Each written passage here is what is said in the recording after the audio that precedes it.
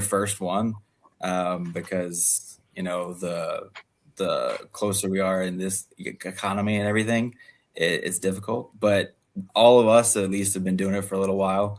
We have an audience, so we're just building off of those audiences. The way I've been trying to combat it a little bit, anyways, is trying to do other series to make other audiences come together and see everything that I'm doing. And then, of course, always the podcast like we're doing here. But that's really all I've got is different audiences trying to do like backer kit launch, trying to get more awareness out there, trying different things like that. Um, yeah, that's really all I've got, honestly. All right, cool. David, I know you don't go through Kickstarter. Yeah, well, I'm in a unique position. I'm a one-man band, so I haven't yet. But I will say, and some of you guys already know these guys. I'm a part of an elite group of comic creators called the Cosmos, and I decided that it was time for me to start doing Kickstarters. I'm in, like I said, a unique position. It's not going to make or break me. If it works, it's great. If it doesn't, great. But being pretty new to it, we thought, hey, let's make this part of the show that we put on every second and fourth Wednesday of the month, and just kind of walk through the process of a Kickstarter. So that's what we've been doing on the Cosmos. So I'll tell you in about probably 3 or 4 months, we'll probably get it up next month and get the month of it being up. And then I'll let you know how successful it was, the pros and the cons, the yeses and the nos. But really, like I said, being a one-man band, the only thing it costs me is time. So anything that happens on Kickstarter is really just a positive because more eyes on the book. Right, just like Sam was saying that the whole point is to get as many eyes on your book as possible. So even in these tight times, if it doesn't 100% fly, my hope is more eyes on the book that will bring people to my website, bring people to my social media to be able to see what I'm doing and hopefully dig it. All right, cool. Rob, what are your thoughts? I have a different opinion than Sean. I don't think Kickstarter necessarily gives up on us. I feel like Kickstarter doesn't really matter as far as what they do for us because Kickstarter is the venue. If you don't invite the guests to the party, they're not coming.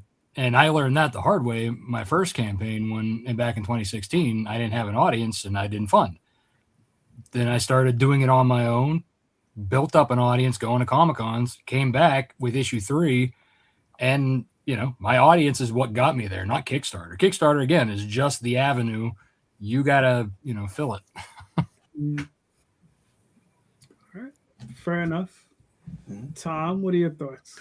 Yeah, I don't want to be on shows with Rob anymore because my hot takes aren't as hot when he gives the exact same take that I have.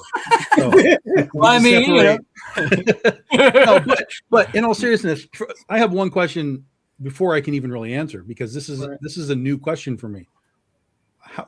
Has there been some sort of communal thought process that Kickstarter has abandoned small press people that I have missed somewhere? Probably. Well, I mean, you're either talking out of your ass or you actually have seen something. Well, I haven't. I mean? Well, always talking out of my ass. But aside from that point, from looking at what I've been seeing, for the last few years, that they're primarily focused on the higher end, campaigns. When we're talking about, the guys doing Transformers and G.I. Joe and all that stuff. And to Rob's point, obviously they're a business like everybody, like they're a business. They have their own business to push forward. Then you have the middle grade guys like Bad Bug, Pat Shan, those guys, right, where they're somewhere in the middle, and they seem to get somewhat of a push. Okay, stop. Stop. I know where you're at right now. Okay, right. Here comes the real hot take. Go ahead. Kickstarter doesn't owe you anything. Right. That's the reality. Kickstarter owes you zero, other than a functional website, right? Mm-hmm. As far as you say, you in this case, you JD. I don't know if anybody else is saying this, but you just said it. As far as the thought process of their focusing on the higher end things, how are they focusing on that when they aren't really active in even going out and telling people that they exist. Like they're not going anywhere and saying, come use Kickstarter. No one is fucking out there saying, come use Kickstarter. It's just that guys like Dynamite, Nick Barucci, and you know, all these guys have figured out what we've already known and we've already seen with like Boom, because Boom has done Power Rangers, things like that. These guys are just figuring out that this is another sales channel, just like Rob said, right? It's just another sales channel. Yes, when it first came in, it was crowdfunding. It was for the guys that need the money to make the thing. Yes, it still is that, but it is also now a gigantic sales channel pre-order system that has been used by Top Cow and Todd McFarlane, and like it's like it just doesn't matter who's there. And to me, if McFarlane and Boom and Dynamite and Transformers want to be on this platform, that brings more eyes to the platform itself. And from that, you as a creator have to be able to create and present something that looks good when put next to Todd McFarlane and Power Rangers and whatever. Because if you look like shit next to the Power Rangers, you can't acquire anybody who's buying Power Ranger books. But if you have something that has a quality level where they're like, oh, I'm here to buy Power Rangers, but that's a cool looking werewolf book, you might be able to cross it over. And all of those brands are basically, you have to look at them sort of like Brian Pulido, right? Brian Pulido is a 25, 30-year-old guy using the same IP that's existed for a long time, and that's why he's able to get up to where he's at. That's part of the reason. But what he's done is he's cultivated a following and an audience, and he's told them where to go. And when he goes there, they go there, and he makes money and he moves on to the next thing. So I don't think that Kickstarter is doing anything to sort of ignore us. I mean, they even have their Project We Love or whatever to try and create some sort of a little side thing. Like, hey, you might not have seen this, so come look at this thing. It's largely unimportant. It's whatever. But the key for crowdfunding is anybody coming to a crowdfunding platform of any kind, whether it's Kickstarter, Indiegogo, or whatever, you have to be able to bring an audience. Now, Kickstarter will provide you with some aspect of an audience because there are people that just like indie comics and they go and see what's there, certainly. But you got to be able to come in and say, hey, all my guys that have been, seeing me create, I'm over here now. You got to come over here now. And it's your job to make that happen. Now, the flip side of that coin is something I've talked about here before. I believe that Kickstarter should, in fact, be out promoting the idea that Kickstarter exists and why. They should be at Comic Cons. They should be at different places. I mean, because it's not just comics, it's music and movies. I mean, they do everything. So they should be at festivals and Comic Cons and all over the place going, this is what we do. This is why we do it. Here are some success stories, movies, comics, whatever. And not just to get new creators on there, but to expand the idea that Kickstarter exists in the minds of buyers. It was like eBay when eBay first came out, right? They were just this little thing. eBay was designed to sell Beanie Babies because somebody wanted to sell Beanie Babies. And then it grew into this thing. But even they were doing like Super Bowl commercials and shit for a while, like to get people into, the idea that, oh, this is like a real thing. Like, oh, I need to find out what eBay is now. So Kickstarter, really, they have the name. They are Sony, right? Basically, everybody talks about they're essentially Kleenex, right? Nobody says crowdfunding, they say Kickstarter. Right. So they have that momentum and that brand name that if they started showing up like, oh, we're at San Diego Comic-Con, we're at New York Comic-Con, we're at, some of these sort of mid-range, mid-level cons, to promote to the creators, come use us, but also, hey, all you guys like all this stuff, look at all this stuff that we have throughout the year as indie creator people, again, of all kinds, movies, TV, whatever. You need to know that Kickstarter exists and come be a part of this platform, both sides of the buying aisle. And I fully believe that Kickstarter needs to be doing that 110%. That is, to me, the only way that they have sort of, if anything, ignored their job, maybe. And that's what I used to say that about Diamond too. Diamond Comics never did anything to promote comics outside of the places that already knew comics existed. So had they gone out and kind of pushed the envelope a little bit for the comic book community as a whole, God knows where we could have been, you know, where we are as opposed to where we are now, where Diamond doesn't exist anymore. So the last thing we want is for Kickstarter to stub their toe and lose the momentum that they have. But I kind of have this sense that people at Kickstarter are not, they don't have that drive. They don't have that drive, and that's problematic. I mean, we've seen all of the turnover with different people in different positions and stuff. Like, it's got to solidify. It's got to have people that understand what they have and how to use it and how to push it forward. And that's the only part for me where they're sort of, they haven't missed the boat yet, but it's starting to leave the dock. All right. That's and fair. kind of to play off what Tom was saying too, like when you brought up Pat Shan and Mike Tenner, like, the algorithm is built on the people who are making the money and bringing in the numbers of people. So it's not so much that Kickstarter is saying, oh, well, you don't have enough people, you don't have enough funds. It's how they make their money is off the funds. So of course, the algorithm naturally, from the very beginning, this isn't even like a new thing.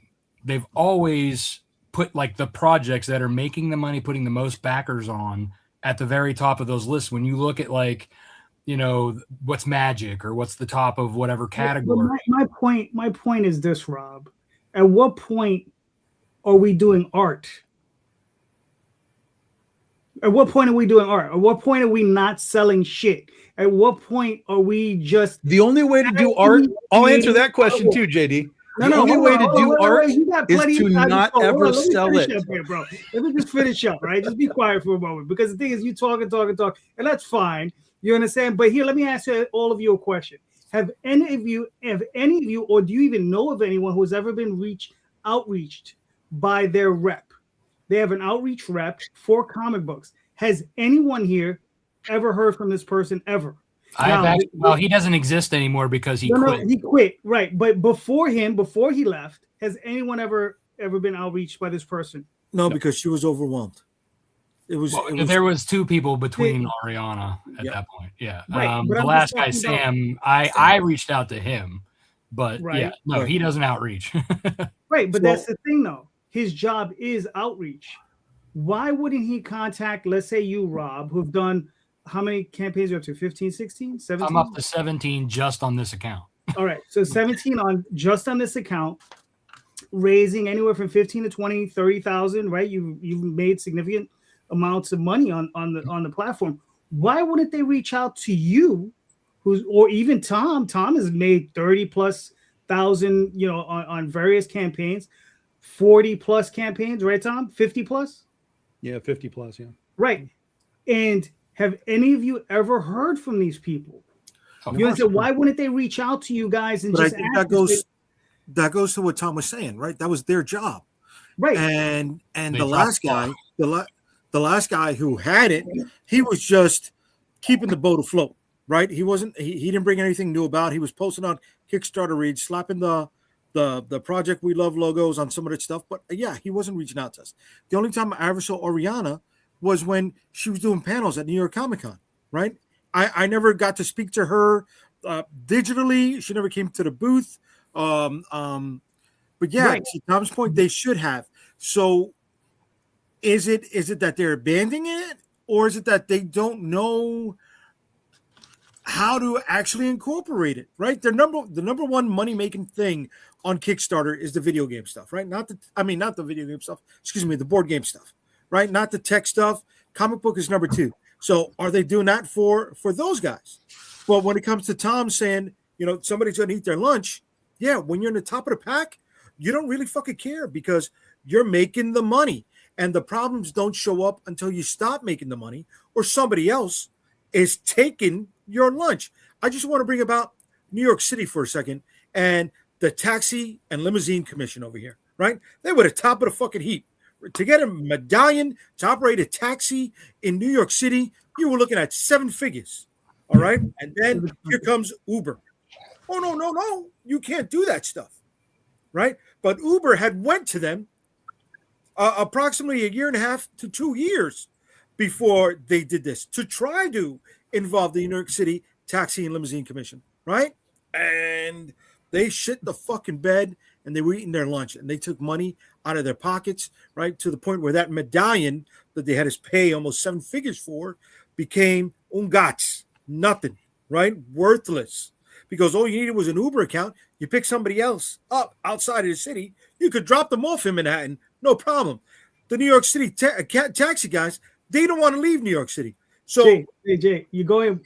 No. Look, I know the metaphor. I get it. But you like, listen, you gave Tom his time. Give me this fucking thing. I didn't talk about taxis. Exactly. At least he's talking about the business we're talking about. Come on. But that's important. You use that as a parallel to what's happening with us, right? And like I said a moment before, I went to the taxi situation, right? When they're at the top of the heap and they're making the money, they don't really care about the stuff, the scraps, or anything that's going on. If they really did, they would have generated a website like KickTrack, right, to follow their stuff. It didn't have to become third-party supported. They didn't have to let BackerKit into their folds, but they did. And then once they saw all the money that BackerKit started to generate, they were like, oh, no, hold up. Look at the new things that we're rolling out in our platform that you can utilize. Right? It wasn't until Indiegogo was throwing the images with the reward tiers that they wait 6 months, 7 months down the road to start doing that over here. Probably more like a year and a half. But go ahead. Okay. All right. But until their pockets get hit, they don't really care about it making any changes. So it's up to us to do the work that we got to do to stand out of the crowd. Right? He brought up Polito for a second. Yeah, Polito leveraged his 30-something years in making comics. Plus, if anybody knows who he's selling to, it is that guy, right? And I mean, he knows his audience. And he took that and he took his ball and he went elsewhere. So I would like to say too, Sam, one thing he did do was he started a couple of different newsletters. And I reached out to him once when I was doing Recon on the Little One, and he actually did put me on one of the newsletters, and I got at least 5 backers from that. I mean, it's nothing crazy, but it was something that he was doing. So, I mean, counteract what I was saying earlier, but he was at least trying in that realm. I would like to see more of that. I know he did the NSFW's email thing too. Maybe something more like that, just for small guys like us in general. But I was on one of those lists, though. I'm not saying they're not doing anything, right? Like they're doing these little things. But what I'm saying is, all right,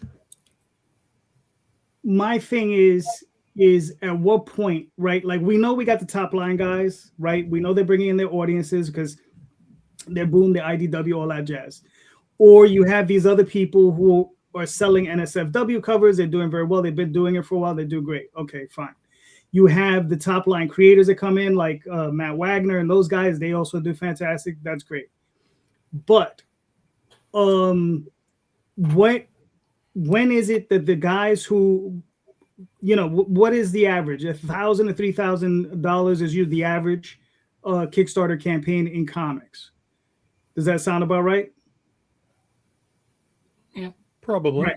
Yeah. So now, how do we bring that average to 2,000 to 5,000? Right? Because I think that if that average were to raise, I think the average for everyone would raise. Well, again, I think there's only 2 ways for you to do that. Mhm. One is the creators themselves have to level themselves up, bring their audience, level up their product, all that kind of stuff. That's just, make a better product, you get more people. The other side is Kickstarter, like I said, actually reaching out to the general populace and expanding their platform visibility, whether they're attacking film festivals to get film people in or whatever it is. The more people you can get on your platform, the more they would look, oh, what else is on here? Click on this, click on that, click on that. And then that could just spread out and sort of create a trickle down effect. Yeah, I mean, there's people out there who still don't know who Kickstarter is. I mean, or how to even use it. That's what their outreach could potentially help. Whereas, like for us, for example, like I was just looking at my, that pie chart that they give you at the top of your dashboard. Yes, they've only helped me out 59% of my funding. I've brought in the 41%, of my and that's pretty much average. Like sometimes I even get it's 50-50. So like the first couple days, obviously it's the algorithm. It's like you got a new thing, you got all these backers coming in, but that's because a lot of it too is me doing that pre-launch, getting all those people to come day one, right? But yet Kickstarter takes that credit. So I'm sure that's very skewed as to how much they're actually helping. Gotcha. Okay. Well, their help is all automated.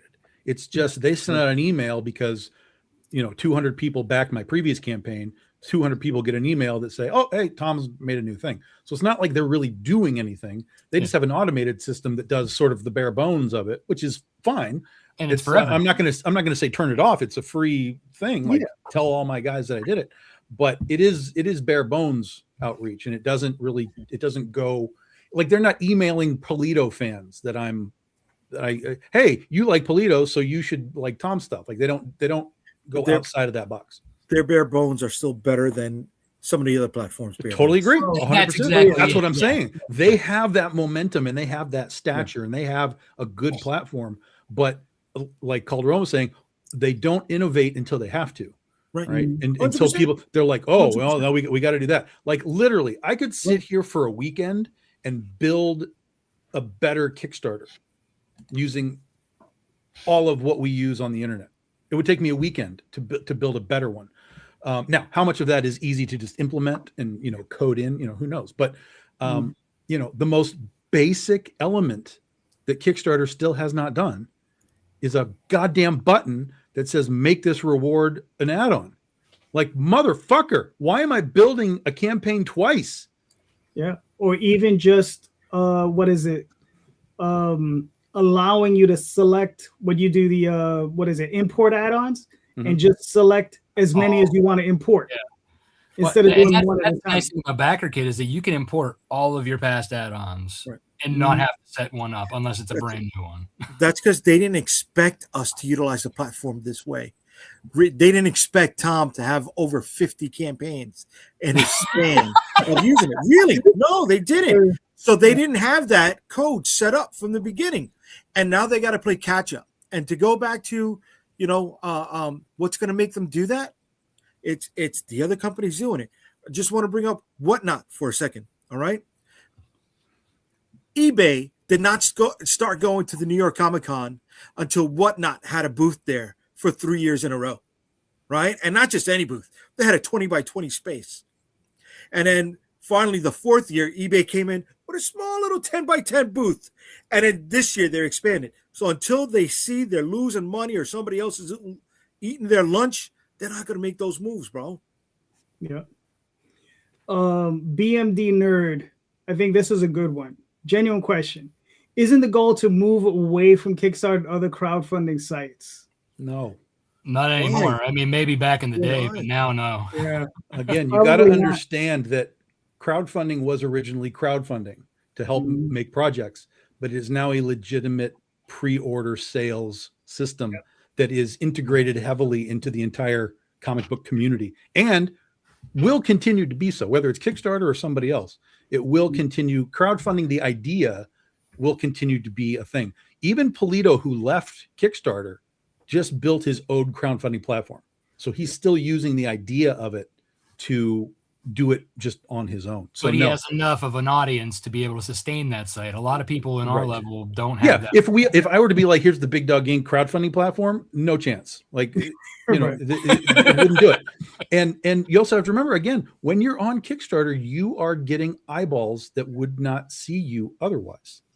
Right. That's just a simple marketing element of Kickstarter. And that's why it's one of the better platforms out there, because most of the other platforms have very little like just general patron usage. Like let's go to Indiegogo and see what's there. Like that doesn't really happen.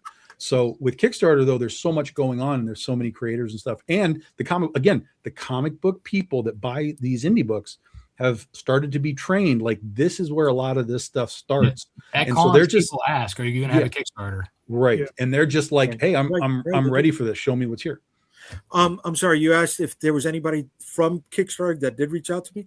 The young Asian woman before Oriana and Sam, I forgot her name, that she's now over with Soup. I had conversations with her multiple times.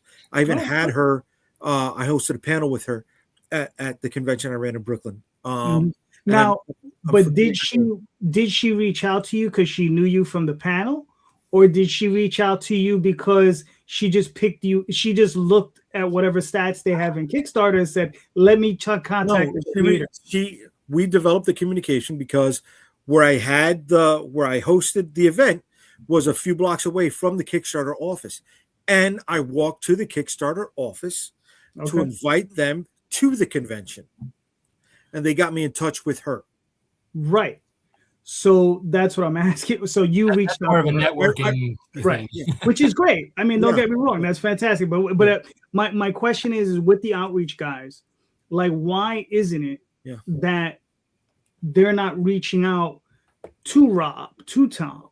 You understand? Like They're probably not reaching out to Boom either, though. Boom sees what we're doing. Was like, oh, I'm going to come here and sell my stuff. Yeah, that's the thing. I think it's just simply a hiring situation where they just have people. They're hiring people that are filling jobs, sitting at their desk and going, I don't really have to do anything. I can just maintain whatever it is that I'm doing, and I have my job. And then once a better job comes along, like we've seen with these, these specific positions, it's like, oh, I've been here for 6 months. I'm out. I'm over to this publisher doing something else now. There's nobody that's at Kickstarter that's like, I'm here to make this awesome. Yeah, and they're not hiring marketing people who know this industry. They're hiring creators who are in the industry in higher positions and taking them from that, and then they're basically boosting themselves to get even higher. Right. So they're using Kickstarter as a stepping stone. Right. And what we need is people to go in there and go, I'm here to help Kickstarter grow.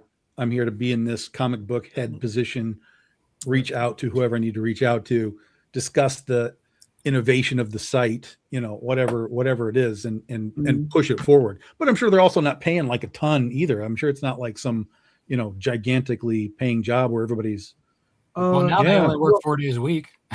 Well, the thing is, though, is they went on strike to get a livable wage in New York City, which is $85,000 a year. Yeah. All right. The lead outreach gets paid $95 to $120 a year. Okay, so those are decent wages, right? And they also have an all-encompassing healthcare plan. Okay, all right. And working a 4-day work week. What? And a 4-day work. Yeah, the lead outreach was able to work from home as well. They didn't have to go to the office. And they're all remote, right? Right. So it's a really good job. Right? If it's remote, that's a great job. That's it's remote. Comparatively great job. Right. If you're doing your job. If you do right. See, that's my question. It's just like, I'm just curious. Is like, with the whole thing is like, we're all, a lot of us, well, I know, like I say, for me, it's like raising everyone, that bottom line up, right? So that everyone gets raised up, right? Because there's more guys at the bottom than there are at the top, obviously, right? So if there's 1,000 of us, wouldn't it behoove them to try to raise that bottom line, right? So that the entire bottom line does well. Because if just one Polito, because imagine how much money Polito took out of the system by leaving, right? Whereas if you have 1,000 people who make up Polito's money, if 2 or 3 of those guys fall off, so what, right? But if one Polito leaves, that's it. How long before Boom or Image or any of those guys start doing crowdfunding on their own as well, just like Polito? Right? Yeah, because the platform is there. I mean, look at Hasbro and their HasLab and all that kind of stuff. Right. Like the concept is there. So yes, again, this is what I'm saying, right? Is Kickstarter needs to be promoting their platform as a whole, because when people do start to figure out how they can do it themselves, when they have that ability, they will do it. Because why pay Kickstarter, 10% or whatever it is to run these things when you can do it all in house? Polito left because he was not seeing growth in backers. It was the same group of people, right? The same 2,000 to 2,500 people buying from him all the time. So, now he has less than that. He's just making more money because he's not sharing. It's definitely less. You can see the less. You go there now and you look, and it's like between the 2,000. He's only getting like a little bit more than one. Yeah. Now that's not to say that it's just straight because he went over there or anything. Like we're in a weird, mode. Everybody's down on crowdfunding in general. Yeah. You know, the economy is crazy, the world is crazy. So it's not to say that he left and it's like a failure, but you can see his, you know, where he was from a backer standpoint on crowdfunding or Kickstarter to where he is now, and it's down for whatever reason, but it is down. So, you know, the thing is about crowdfunding on a platform is that you are opening your place to more eyeballs than you can just get on your own. But that's Kickstarter's job, is to keep bringing more eyeballs to the platform. And that's the part that, again, like I said, I think that's the part that they're missing, that they're really not vibing on the idea that they have the ability to absolutely unlock and throw the door open for creators and for new buyers to come in. That's true. But listen, real quick though, one person who is not down is this guy here, Rob Notari. So Rob, do you want to play this video? Sure. Let me talk about it through that.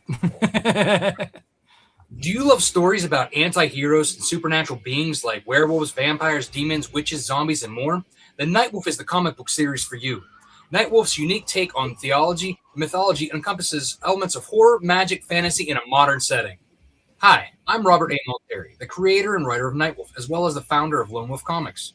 It's been my dream since I was a kid struggling with attention deficit disorder and dyslexia to be a comic book creator because comics have helped me learn to overcome my disability.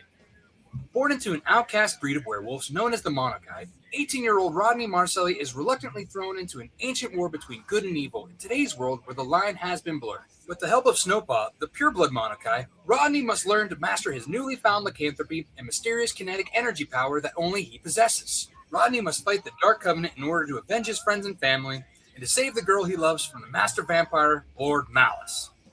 Rodney Marcelli is Nightwolf. Currently, I have written 12 issues of Nightwolf and have published the first 10 issues in print and digital formats. Now, I stand ready to publish Nightwolf issue 11, and that's why I've come back to pay for the printing and the rewards that you will receive for backing this project. I'm extremely grateful for where I am now as a self-publisher and continuing to serialize Nightwolf for you to enjoy. Again, thank you for taking this creative journey with me. I appreciate it so much. So what are you waiting for? Join the Wolfpack today. Rob, what happened to the kilt? That's Snowpaw. Oh, okay. Next time. Yeah, no, that's in the back of the Snowpaw video, and you can tell that I like just edit my videos and reuse them because my beard was so much darker then.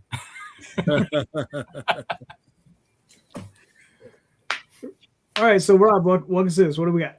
Yeah, so this is for issue 11 of 12. So we're getting to the end of this story arc. In a lot of the action, this is basically like the last two issues, like what I've been waiting for from the very beginning, because this is where all the fun stuff happens. But yeah, I mean, for new people coming in, you can get like pretty much most of the series all caught up. Or if you've been a Wolfpack member for a long time, there's a lot of great covers to jump in. We all got Greg Bo Watson and we got CB Zane, we got Chris Madd, we got Chris Williams, and yeah, I mean Jaden Lanning. We got a bunch of great cover artists this time. Cool. Trying to guess it. But that's just it too. Like I make sure that people can see the insides of the book. You know, like they're not just getting. You know, I'm showing every issue too. I want them to see that they can get quality, books, not just the covers. You know what I mean? And I think that's what a lot of people like look at too. You know, it's like being in a retail store. You're flipping through the books before you decide. You really want it. Cool. So who's the cover artist on this? That one is actually my Wolfpack Pups artist. That is Megan Alferter. She's a Pittsburgh local. She does, like I said, she's done my Wolfpack Pups book. And so I'm also running a Wolfpack Pups on backer kit for their Pintopia. Cool. So I thought, hey, why not cross over myself? Nice. And that's Evan Scale, who did the other two. This is with Beast and Snow crossover print. So if you back them and back me, you get that print. Cool. And that's Evan Scale as well. This is a crossover with Tyler James for his epic. His character basically loses his superpowers if he gets turned on. So he sees Snowpaw and falls from the sky. Gotcha. Right, okay. It's a very odd power, but okay, cool. I mean, that's the comedy about Yeah, that's Tyler. comedy, buddy. I know. You get a boner, you can't do it. No superpowers. This is rough. Right, exactly. It's also very realistic to men, right? How men react to women. Very realistic. Yeah. We lose all our power. Yeah, it's true. You stop thinking at that point. You're like, Yeah, you're thinking with the wrong head. That's for sure. that's it. Cool. All right. So you said this is issue 11 of 12. Now, after this, what are we looking at beyond issue 12? Issue 13. Yeah, we're just going to keep on going into the next story arc. Issue 12 at the very end sets up the next story arc, and I'm just jumping right back into it. It's not like how I'm treating Snowpaw. Snowpaw is actually going to be 4-issue miniseries, and I'm going to do several of them as true volumes. Whereas this one, I have like basically 3 seasons, if you will, or 3 story arcs planned out that I'm just going to keep rolling with and keep going. All right. Cool. Very nice. I mean, listen, it looks like you have all 4,000 of your covers. That's right. For the collectors out there who want to have a pile of, I mean, can I ask you a question? This level, 2,756. Well, all right, you have it for $1,000, right? Just out of curiosity, how often does that one pop up? Like how often? Once I get that once every other like campaign. Okay, that's good. No. It happens enough for me to keep doing it. Yes, yeah. I have the same thing with Oswald. I have like a $400-$500 level, and I'll have a campaign where I have 3 people, buy it, and it's like, what the hell? Okay. So yeah, no, that's cool. But what's nice about those backers, they come back then to get like all of the covers for like the next campaign. So right. that's who they are when they come back. Mm-hmm. All right, cool. So I mean, you got what, 11 days left? Yeah. Nice. So 11 days left. You've already met your goal. Mm-hmm. Yeah, we're unlocking them stretch goals. Yeah. Very nice. What's your next stretch goal? At 14 is a free trading card. All right. Cool. Very nice. All right. Looks awesome, bro. You always put out a great book. So everybody, go check out Nightwolf. Very nice. There you go. All righty. All right. David. Hey. Craig Handy Comics. What are we looking at? What do we got? Yeah, so I'm assuming you're going to my website. Yes. On the cover of my website, the first page, you'll see issue 36 or 35, excuse me, of my 50-issue maxi series, The Offspring, along with issue 34 right next to it. And then next to it is just for fun, I put out a couple years back, a bunch of black and white pages for practicing color handbook workbook for anybody who wanted to practice and put in a bunch of different pages from The Offspring, or Will Aliens Do My Homework, or Shady Lady, or The Loved Ones, or whatever it is. If you scroll down, so there's issue 35 right there, right in the middle of this 3-issue story arc called We Built This City, where the 4 main characters are plunged into this alternate universe where parents are forced to spend time with their kids to the point where they're not eating, they're not sleeping, they're just playing with their kids and doing whatever their kids want them to do. So I continue that theme of kids and how we deal with not only being kids, but raising kids, and how the right and the wrong, the goods and the bads, the pros and the cons of that situation, and how these 4 main characters handle being on some level on the wrong side of what's happening in this parallel universe. This is after my huge, it was a 9-issue story arc that was to have the kids traveling back as kids. They're in their 20s. The main characters traveling further back in a time, being chased by the Eternity Man, who was trying to absorb as much raw power as he possibly could through time travel to be able to take over the world himself. There's a whole big thing that happened where he didn't succeed, but it wasn't because of the 4 main characters. It was because he was kind of stabbed in the back. But if you scroll down there a little bit, and then I'm working on 36 and 37, and that'll actually be the end of season 3. So you'll see I have 2 omnibuy there on the right-hand side, collecting seasons 1 and season 2. And it'll also be volume 9. So 34, 35, 36, 37, 38 will be collected into volume 9. So that's all the way up to issue 30 for 8 volumes of The Offspring. And I'm not going to stop until I'm done to 50. 7 years ago when I started, I kept hearing, don't try 50 issues. You're an idiot for trying 50 issues. Don't do it. You won't make it. It's too hard. It's this or that. But now, 7 years into it, I'm at issue going on 36. And 50 issues is very much a seeable situation. So I'm really glad I didn't take that advice, because if I didn't do it, I wouldn't have my book more than halfway done. So it's worked out. It has. Good job. I mean, and you're selling these exclusively off of your website? Are you selling them any place else? So yeah, there's links there to Amazon, to Global Comics. So I have most of The Offspring and all my other titles on Global Comics. And I'm working on a couple other sites here, again, trying to get as many eyes on it as possible.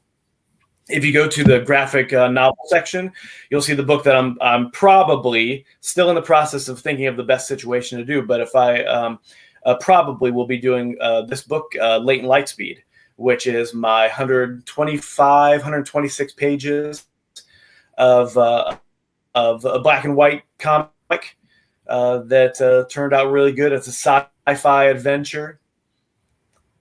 So if you go, right there, graphic novel, and scroll down a little bit, there's Latent Lightspeed.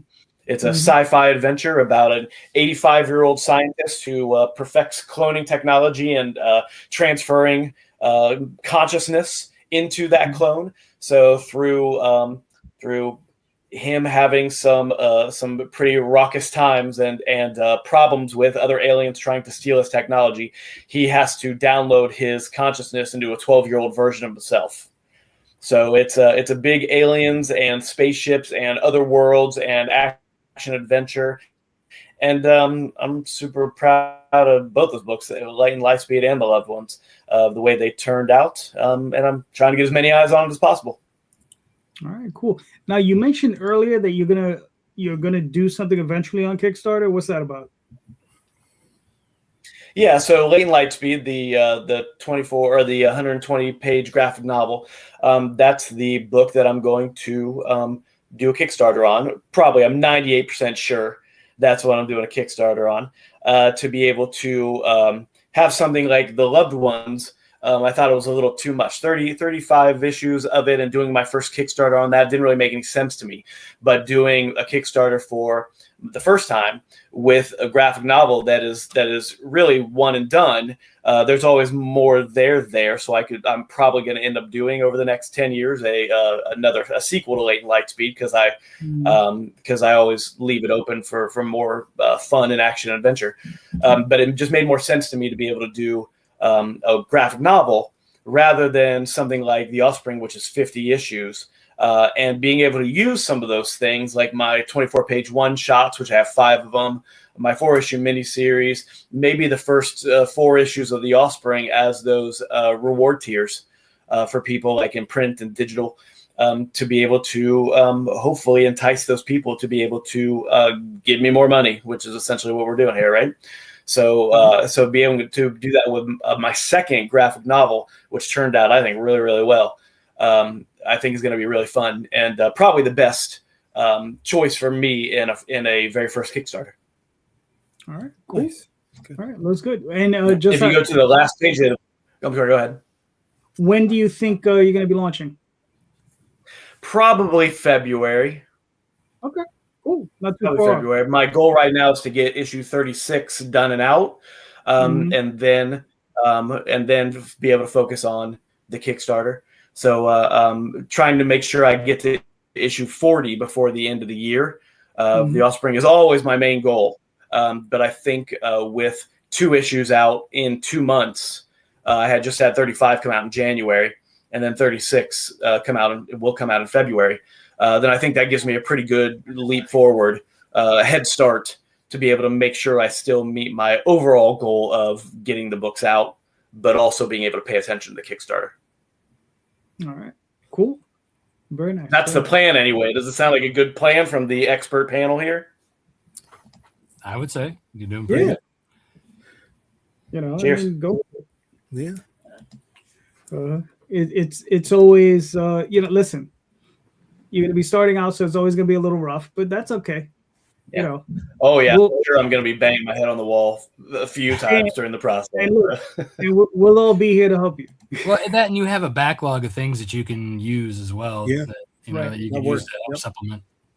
Mm-hmm. That's true. And yeah, so my goal has always been content, just getting it out, just focusing on getting cool stories out and cool characters and things like that. But now with so many, I've got over, 35, 40, counting 200 plus page graphic novels, that'd be like 45 to 50 books.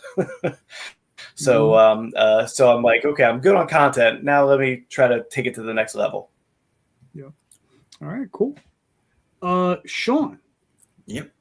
You're taking it to the next level with your first trade. So yeah, man. So talk to us. What is this about? So this is my first real goal when I started. This is my first issue that I ever created in comics, was The Fog Within. It's basically a Mad Max-like universe with powers. It's also kind of like G.I. Joe meets X-Men with a time-traveling fog, is what my elevator pitch normally is. Basically, a hunter in the present is in this town. There's a cataclysmic event that happens. A couple of days later, he's on a run, has a stressful conversation with his new wife, and all of a sudden he runs into some fog, ends up 26 years in the future, and he doesn't know how he got there. And the story goes from there. That's the first page, is the fog. He's falling out right there on that page. And trying to figure out what's going on and what's changed. And basically from this cataclysmic event, the time that he's missed, there's an infection from the event. And this group takes over the town. The government gives up on this town because of the infection. They don't know what to do with it. So they put walls up. These guys take over, and now there's rebels in place. And there's this it's fog that they know about that's going to come through at some point. They're waiting for him, and then he's supposed to lead them. He's trying to figure out how to lead since he's just getting there. And these 4 issues, he's coming into his powers. He realized he is the fog, and how does that work? And the 4th issue, he kind of goes a little crazy and tries to go on his own without the rebellion, and see if he can get out of the situation he puts himself in. All right, cool. Now, I've heard you talk about this in the past, where you said you're part of a class with Scott Snyder. Yep. Yeah. Scott Snyder's Substack. He started that a couple of years ago. When I first started, I had no idea how to even start writing. I've always read comics in the past, but I started his class. I actually did the tier where you meet with him once a month. I did that for the first year, and I saw him at a couple cons, and we talked about it. Everything was pretty cool. And I'm still in his class, but I'm not doing that tier anymore. And since I thought this would be the only thing that I was going to do writing wise, but now I've got the bug, and now I have 3 different series, and I'm continuing on. I already have the 2nd issue of Recon that's coming out. It's entirely complete. It'll be coming out in March after this one's done. And I already started art on number 5 of The Fog Within as well, because this will be a 12-issue mini-series. So this is the first arc, and then there'll be 2 other arcs of 4 issues. And this volume is 96 pages of story. And of course, I have all of the fun stuff in the back, the variant covers, the concepts, some pencils and inks, that kind of thing. All right, cool. Now I was going to ask you, like what, obviously he's guided you, but I mean, like, what benefit did you see, like, other than that? You know, did you find it a worthwhile venture, getting in touch with Scott, and, did he mentor you, and, how did you feel about it? Oh yeah. I mean, that first year definitely giving me the confidence of, hey, am I going the right route? Am I do I need to work on something? He gave me some advice on some of the pages because we went over outlines, we went over full scripts. I mean, he does it all, and I mean, it's a 5-minute thing that you're actually talking to him about every month. But he actually reads over everything, and his other guys that works with him, they look over it too and everything. Yeah, I thought it was very worthwhile. Brian Michael Bendis, he also has one too. It's not on Substack anymore, but it started out on Substack, and I was doing the same thing with his class just because I want to get better as a writer and make the best comics possible. So, all right, cool. Listen, it looks great. Where are you trying to get through this? So the goal is 1,500. That's what I need to print it and ship it. So we're definitely getting there. I started on Tuesday, so I have a shorter campaign that I'm trying to do for it. Just because that middle window, the dead time, just kills me. So I kind of try to avoid that if I can. I think it's going pretty well so far because most of my backers are from the Fog Within. So I know they already have all 4 issues. They're not necessarily going to be going for the trade, but still have to do the trade. So what are you doing here? 14 days? I think it was 19 days altogether. 19 days? Okay. Yeah. Cool. All right. Well, you're almost there, and I know you're going to make it, brother. So, good looking book. I'm looking forward to it. Appreciate it. Very nice. Very nice. All right. Sorry. All right. Oh, nice. Tom, what are we looking at? And that's a very rare Big Dog Inc. Sign-up page. We basically never have. So you should really pay attention to this one because if it's here 3 days early, like something's going on. This is our 15-year anniversary for The Legend of Oz: The Wicked West. So we're doing an all-new story arc. 20 pages, 40 pages, 40 pages. We'll complete the arc, 100 pages total. We're also going to be doing a anthology in March, some other special Oz stuff throughout the year. But for those that don't know, our Wicked West is a reimagining of Western reimagining of the Wizard of Oz. So instead of ruby slippers, Dorothy's got ruby spurs, ruby bullets, Toto's her horse. This arc is one of our own. I mean, we've adapted portions of Baum's books throughout all of the issues that we've done, but this one's really going to be 90% a story of our own with General Ginger, the gnomes and the Kaleidas. That we'll still have Dorothy and Ozma and stuff as part of the story as well, but this is a real heavy focus on Ginger for this story arc. So it's very much a story that came from me versus like, let's take pieces of Baum's story and create something new out of it. So it's kind of cool to do. New series artist is Allison Rodriguez, who is, I mean, absolutely blowing me away right now. Like the pages he's turning in are just like, God damn, I found a guy, and we gotta keep feeding this guy. Even when this book is done, we're gonna keep feeding this guy because. I'm sorry, what was his name? Allison Rodriguez. Okay. Yeah. Jay's already trying to steal him. No. I I'll pay you $10 more. Like, all right. Bro, I thought I misheard you because I'm like Allison. I thought Allison was a girl's name, but I'm not knocking the artist. The first artist of the book's name was Allison Borges, so we've come full circle. Oh, look at that! That's dude. You got to play up on that, man. Yeah, you got to play up on that. So yeah, so he's doing unbelievable work. It really, honestly, I was talking to somebody the other day about this business and how hard it is, and how, to be perfectly honest, artists get flaky, and it's so hard to find somebody that is going to both do good work, but then also like be enthusiastic about the project. Like so many are just like, they're just there for that payday. Okay, I'm paid, I'm out. Let me go somewhere else. But when you find somebody who's like really getting into the meat of it and is really understanding the script and the storytelling, and when you can give them edits and they're like, oh yeah, that's really great. Like the enthusiasm of an artist is everything. And at this stage right now, what Allison's doing has like put a shot in my arm of like, oh, this is why I love this. Like this is where it's right. It feels really, really right now that this guy is so enthusiastic about this book. All the people that did covers were like mind-blowingly engaged in what they were doing. So I think everybody, whether you're here for some covers, we got Nei, she's back again for covers. We have Steve Ferris for the first time. Ryan Kincaid is here. Whether you're here for the awesome covers, whether you're here for the book, the story, the interior stuff, like you are going to love cover to cover this whole book. All right, very nice. And this launches when? Wednesday, 28th, Wednesday. 9 p.m. Eastern time. Yeah. This is issue 1, right? So that you're gonna do a couple other one ones? of this arc. Okay. It's issue 26 of the series. Okay. Yeah. Cool. Very nice. Very nice. Way to be, man. Way to be. When are you doing your next omnibus? 15 years, we'll do Omnibus number 2. No, Damn. I don't know. What the hell's gonna take that long? Took a long time to get to the first one, man. Yeah, man. Like, you know, this is how I like to buy things, and I'm the buy. He's got to do the volumes first, and then you get to the omnibuy. Yeah. Yes. I'm the buy. Oh, So it's this volume is volume 6, and if we're going to do like the first omnibus where it's the first 4 volumes, we got to get through volume 8, and then we'll make a big book. All right. Cool. So this will be Now- this is volume. This will be doing volume 7. We've already done volume 6. This is volume 7. So you got to get through volume 7 and one more, and then we'll have another book. All right. Cool. Very nice. Very nice.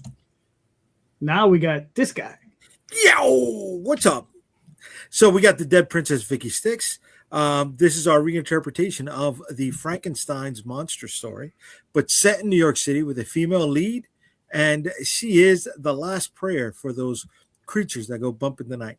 Think of her as an anti-Ghostbuster, looking out for the the vampires, werewolves, and all other sorts of creatures that howl at the moon. This is issue number 2. Is written by me, illustrated by Donnie Hariwijaya. Yes. That's his name correctly. Thank you. I don't think that's right either, but I'm gonna. What's that from? He phonetically spelled it out for me. I still think you know. I don't think you know how to pronounce things out phonetically, but okay. Oh my! Okay. Anyways, and colored by Chape Ramirez. Colors by. I'm sorry, Jay. I'm sorry, but I don't think I was pronouncing it right either. Okay, Uh-huh. We need to get Donnie to just say it. Like we need to get a voice message from him. So pronounce your damn last name. I did. But anyways, let's move on. So those are some of the preview pages, and then we have our returning backer reward. So if you have backed any other project from Unstoppable Comics, doesn't matter which one it is, you automatically get this holochrome trading card added to your reward at no extra charge. If you are not a returning backer and you still want the card, you can get it for $5. There's also going to be a early bird special for the first 48 hours. That is a holochrome trading card. That's my way of saying thank you for those who have been supporting us and keep coming back. I don't have frequent flyer miles. I don't have that little ticket that you punch 7 times to get your free coffee or your free ice cream. I got trading cards. A lot of people like trading cards. They're pretty, inexpensive to produce. People like them. It's not like stickers that they're just going to toss away, and it doesn't add much to the shipping charge. So I like cards. I can't help it. And I am doing a special crossover trading card set with a couple of the guys that are on this very stream. Yeah. And the first card is going to be launched with Tom's on Wednesday. So my book launches on February 13th. That's a Friday night. All the creepiness and stuff involved. In between that is Calderon. I don't know when Rob is going to be launching his. That's part of the card set. But we also have Marvin Nguyen, who is taking part of this as well. I think mine's a spring and a fall launch. Spring and a fall. Okay, so we're rocking and rolling with this, guys. And we're just trying to do something extra to bring eyes on all of our campaigns and have some fun with it for our backers as well. I mean, that's how I'm going into this. You know, I don't know about you guys. Do you got the cards, Calderon? What do you mean? I mean, do you got the images of the cards? Some of Of them. course. Why would I have Well, that? You know, no, because I don't. we put them up on Friday. Maybe you could just, present them now, since 4 of the 5 guys are part of this stream, so we can share this with people. It's a very nice group setting to do that. I know you have your card at least. No, I don't actually. I don't have any of this prepped. Thank you, guys. You don't have it prepped? Okay, No, I don't have any of this stuff prepped. Let me send it to you. Oh, JD, and your lack of preparation. Listen, Look, you get a day off tomorrow. I know I do. Hold on, because I don't want. All right, I can put up my card. Hold on. Hold on. Yeah, I'm sending it to you now. Don't worry about it. There's my card. Yeah, I know there's your card. There's your card. So the thing is, I don't want to scroll through it because I'll show a bunch of other stuff that I'm not. Okay. Did right, you get mine? You got my thing. There All you right. go. So this is the first card that's going to be launched with Tom's campaign, and if you hit the first stretch goal, you'll be able to get this bad girl. I was going to say bad boy. You'll be able to get this baby, and it has the year, it has who the character is, it has our logo on the bottom corner, and on the back of the card, there's going to be a very nice group image that spotlights all of the characters in one gang piece, right? So it's a little puzzle. It's the gimmick to get you going with all the other cards. So that's Tom's. This one is going to be mine. All right, we got Vicky Sticks, a chimney. We got Calderon's, Magique, and then we have Marvin's Blaine with the edge. All right. Rob? You got your cards set up? They're in the process. Your process. Yeah, I just got my first line art rough back. Okay. So, look, the cards are numbered, totally differently here than they're going to be released, right? So Tom is number 3, but it's going to be the first one released. Doesn't matter as long as you get all of them, folks. Yep. Got to make that puzzle. Got to make that puzzle. All right, Jay, you're up. What's your question? I was just up. I showed the cards. What are you talking about? No. Yeah, not tough for your question though. All right, there you go. All right. Since we're on the Kickstarter hook, are we using Kickstarter effectively? Are we getting the most out of it? I mean, how many people use the Google metric part of the Kickstarter dashboard? That's fair. Right? That's fair. I mean, are we using it to the best of our ability? Okay, that's fair. David, since you don't use, well, actually, David, why don't you have any thoughts on it before we move on? Because I know you don't use. You're muted. David, you're muted. You're with us, bro. Now you're with us, brother. There you go. No, go for it. My bad. So, I was coughing earlier. I didn't want everybody to hear my coughing. So, one of the reasons I love coming on the shows is regardless of whether I was doing a Kickstarter or not, great ideas to be able to learn how to push your book out to other people. And we've said it 5 or 6 times in this hour and a half of more eyes on the book. So really my goal is to use every available aspect system of Kickstarter to be able to make it as successful as possible, right? And if there are parts of it that I don't use, whether it's just because I didn't know they were there or because I didn't think it'd be successful, that second one would be my fault. Because how do I know? I don't know because I've never used it.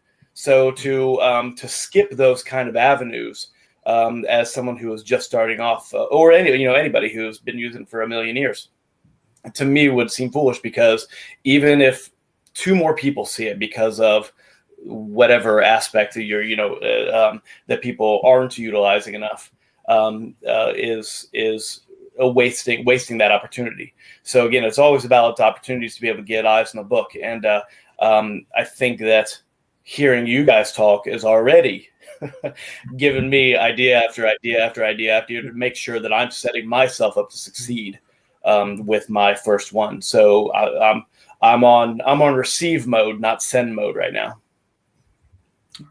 Cool. Good. Rob? Yeah. So, I mean, the Google question specifically, yes, I do use the Google Analytics tag in there. I also use the Facebook Pixel.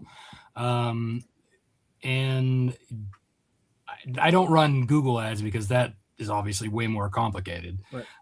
But when people were searching, it's still kind of pulling that information into the dashboard, as well as it's my Google, analytics from my website. So it's people who visit my site, visit the Kickstarter, they're feeding back and forth, right? Good. And I'm able to track that information. So, and I like being able to see the data. The Facebook Pixel, I think, is a better part because, like, you're getting especially in my case, I'm better at running on Facebook than the other social media platforms, and I have a lot more people following me from there.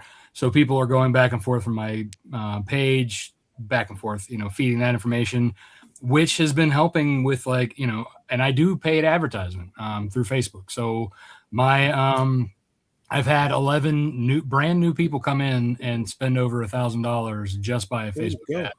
That's only cost me like $300. Okay. So, I mean, I'm taking advantage as much as I can. I'm beating that pavement. You see me posting constantly, right? I'm trying to get those people in the door. As far as like the platform itself, I mean, really, it only gives you so much tools that you can use during a campaign.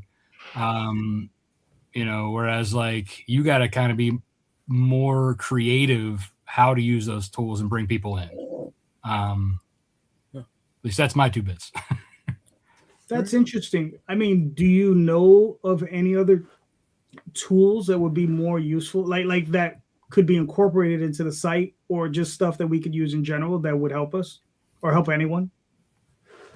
Who are you asking, me or JD for asking the question? I'm asking you because you're the one. Because you're just the way you framed it, like the way I see it, or the way I perceive your answer was that there are more things available that are not being. Well, I mean, yeah. So there's the referral tags, right? So if you create a bunch of those and you specifically place them, you can follow where your backers are coming from. That's an invaluable tool. I use that shit all the time because then the ones that are doing really well, I'm hitting that, right? And like those crossover things that I do with the prints, I've done them with Tom, I've done them, with Daphne, JD. You and I still need to do one. It's you too, Jay. Like in Sean, whoever, like I'm always looking for people to do those prints because they're a fun extra piece bonus for people who are there backing, getting eyes on both projects, right? And I do multiple because then it kind of circulates through it's kind of comes through me to a hub to the others, right? But those referral tags, I like to be able to see, okay, who's it coming from? What's it doing? That's how I know that Facebook ad is doing so well because I'm using a referral tag from Kickstarter into the Facebook ad. So I know that's exactly where it's coming from. There's no skewing. Same with my posts. I know if it's coming from my personal page, my group page, my business page, whether it's coming from Twitter, Instagram, my website, I know where these things are all coming from. So I think those are tools that, like, if you want to test if something's working or not, those are invaluable. Yep. And doing like certain things with like add-ons, like having limited edition things or limited time things, like giving people FOMO. That's a great tool that like you could be potentially using for like anything. Like if it's a cover, a mini figure, whatever, like, if you have something limited and time limited, people will want to grab on that before it runs out. They don't want to miss out. So take advantage of stuff like that, being creative, like, heck, I always do like a full moon print, around the night of the full moon. I always make sure that I'm live during that and give people a week to jump on that to be able to get that print. So the full moon is next Sunday, right? So starting tomorrow, that's when they have the opportunity. If they're already backing, they're already getting it. New people who haven't backed yet, they got a week to get it before that full moon. And then after that, they don't get it, stuff like that. That's not necessarily a Kickstarter thing, but it's using the platform in a way, gamifying it, right? You keep another thing that people don't use a lot is the comments, right? The comments and the updates, the comments on the page. Gamify your updates.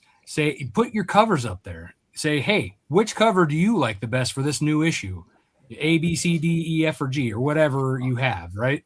Mm-hmm. People will comment that, that helps kind of, in my mind. I'm not 100% sure that actually helps boosting the algorithm, but like people coming to your page and using it is something, that I feel whether it hits the algorithm or not, it's engagement, and that's what you want. Exactly. You want to keep bringing them back, because then while they're there, they're looking at that update.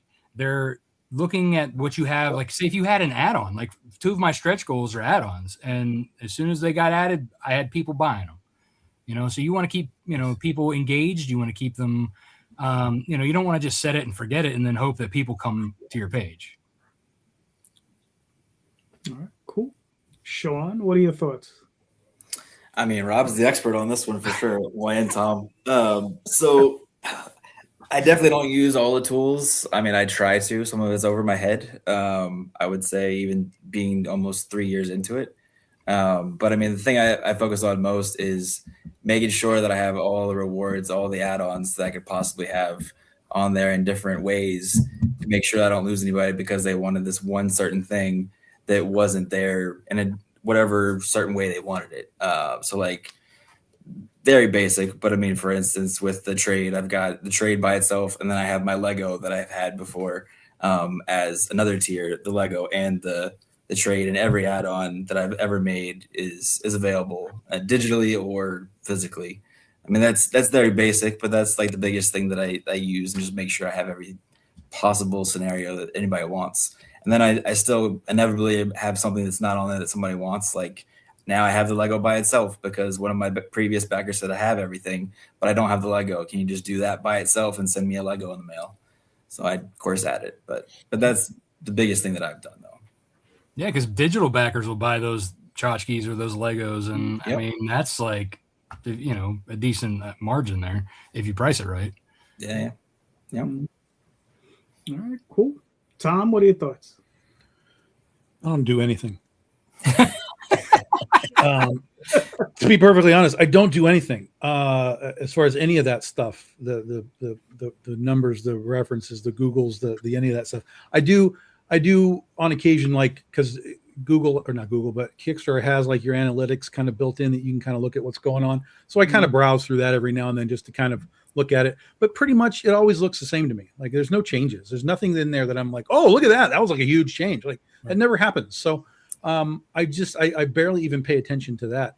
Part of the reason is because of people like Rob. Again, this is not a hot take when Rob's here. But no, seriously, it's I see people. This is not a Rob comment. This is just this is a general. I see a lot of people doing a lot. Like they're doing a fucking lot. And then I watch their campaign and the campaign's not doing a fucking lot.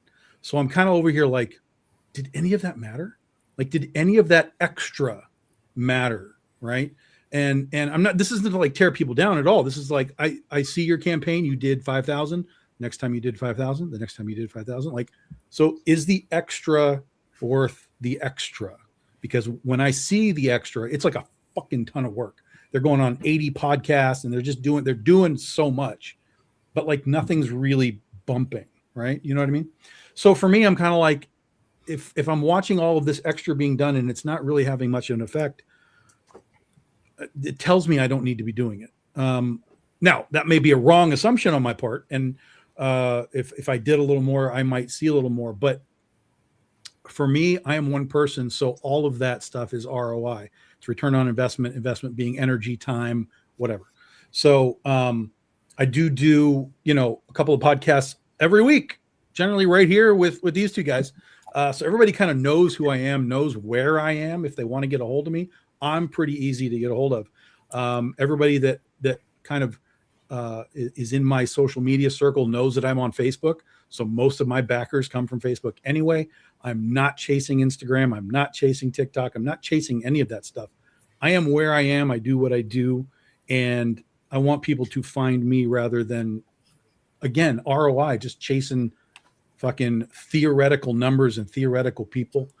What I will say, though, one thing that we do again, and now the second part of this is what Rob brought up, which is the gamifying of it, right? That's a legitimate thing. That's a thing that's one of the reasons why Polito became so big so fast, is because even at the beginning of his campaigns, he was just giving shit away all the time. He was like, well, here's 10 metal things, and here's another 10 metal things. Here's another 10 metal things. And random people would get them. And then people would get them and be excited. They'd talk about it. They'd come back for the next campaign because they want to win a thing. So the winning of a thing or the ability to buy a thing, that is the FOMO element, that can absolutely work. And we do that. Like, we have day one or first 24-hour types of things that we do. We kind of do that all the time now. The hey, here's a new add-on in the middle of the campaign. We used to do that, but what I found was that while it worked, what I found was that the people that were buying those add-ons were people that had already bought stuff anyway. It wasn't like attracting a new crowd, right? And so I got it in my head that I was like, I just feel like I'm fleecing my customer at this point, because it's like, okay, this guy came in on day one. He spent $500 on like buying everything. And now, hey, by the way, here's 3 more add-ons, and he's going to come back and get them. Like, I know he's coming back to get them. But the whole point for me is I want that to be an attractive element to bring new people in.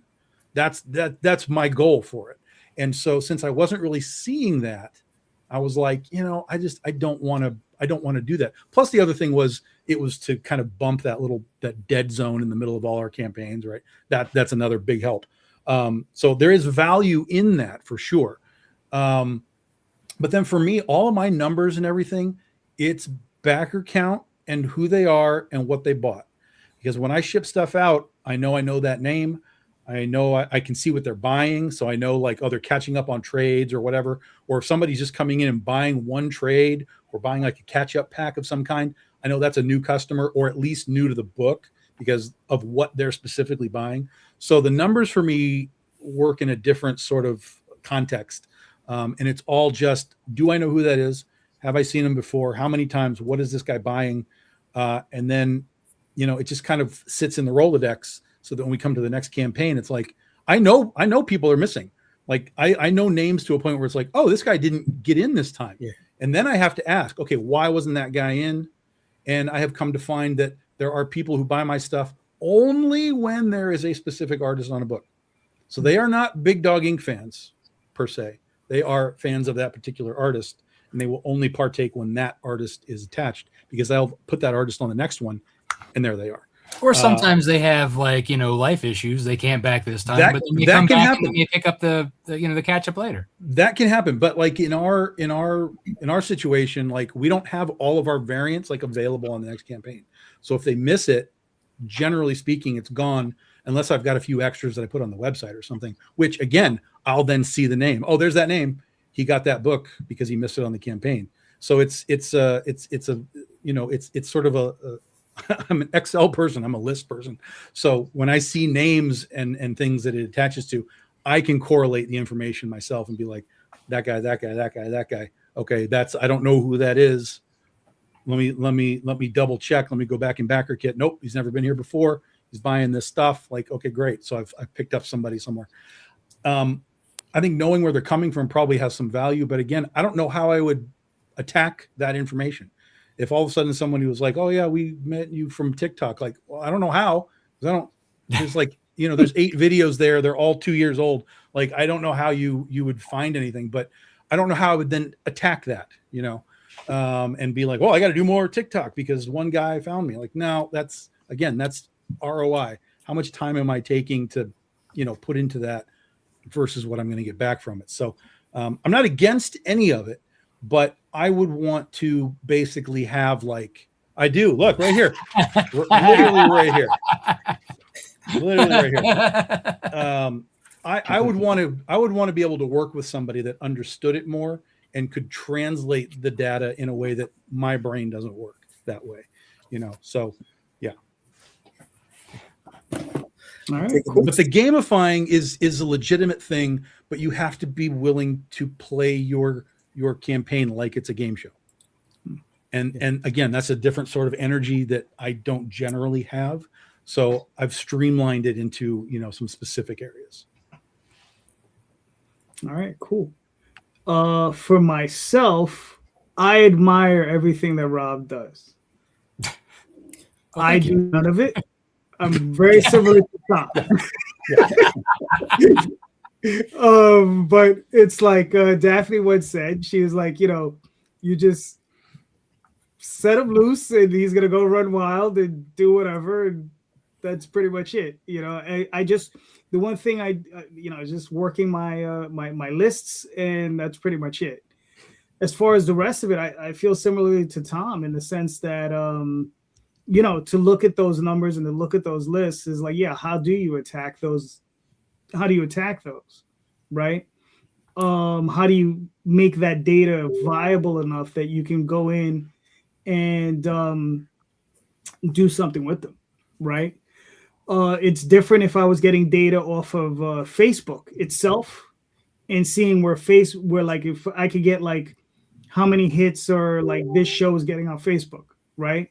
And then can I get that to correlate to my Kickstarter, right? Just like with what Rob is saying with the tags. If I was to tag this show, correlate that. Too lazy to do it. It makes a lot of sense. Yeah. I'm just saying. But Jay, it's all yours. How do we expect things to change if we're not trying things differently? Right? Rob is doing a ton of shit, but look at Rob's numbers, right? Rob's doing really good, man.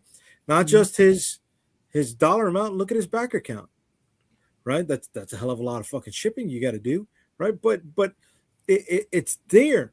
People don't do something as simple as using the code generator, right? The referral codes on a different podcast that they're on, or live stream. How do they know if they're getting backers from that particular live stream if they're not identifying them? It could cut down on how many podcasts and live streams you do. I mean, I've only done 2 this campaign. Okay. This one and one other one. Okay. But I hope it brought you sales, dude. Right? I hope it brought you sales. But I also hope you started. So hey, why not? Yeah, I hope also you use the referral code, at the same time. And it's just little things like that. We can't always blame the algorithm, right? We can't always blame the people who are not doing the outreach. How much of it falls on our shoulders? Right? No, I don't use Google Analytics. I don't use Facebook Pixel. Maybe I fucking have to. Maybe I have to. At least so I can eliminate, okay, it's not on me. Maybe it is the algorithm, right? But I won't know until I'm able to identify that. Yes, for some people, this is a hobby. Yes, for some people, this is a business, right? And some other people don't want to lose their shirt and keep their lights on, right? And make sure they got money to play in this world and have a bed to sleep in at the end of the night. And if you're going to keep doing that, you got to make sure you're doing everything you can within that scope to do that. And if not, then maybe spread out your campaigns a little bit, right? Maybe not do a campaign every week and a half, like some people do, because there's too much on your plate to do. It's just. JD can do that because he doesn't market. He just prepares and runs, and then he prepares the next one. He's the epitome of George Foreman. Set it and forget it. You know what I mean, bro? The thing is, though, is I think you're being a little hyperbolic, right? Like when you say you don't have a bed to sleep, you have a bed to sleep. No matter what happens to your campaign, you're always gonna have a bed to sleep. Bro, there's some people that we're not talking about some people. What about you? Okay, no. I'm right. So I'm bringing that out there. I'm bringing it out there because I know that there's people that have spent, not the world, right, but have invested a lot of money into making a book and barely make $600.